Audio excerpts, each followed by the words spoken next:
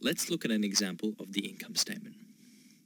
If a company generates net income of $21 million, does this mean that our cash will be greater by the amount of profit of $21 million?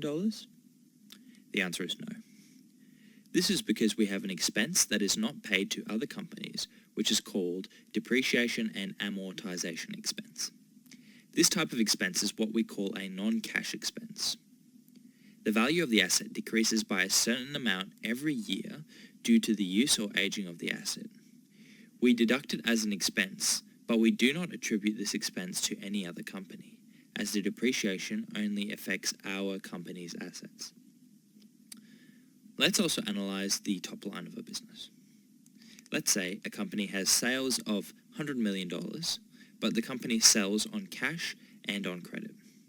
Consequently, what this means is that the company will not receive cash of $100 million. The same applies to costs of goods sold. Let's assume the company has cost of goods sold of $60 million, but when the company bought the raw materials, it could have paid on cash or on credit.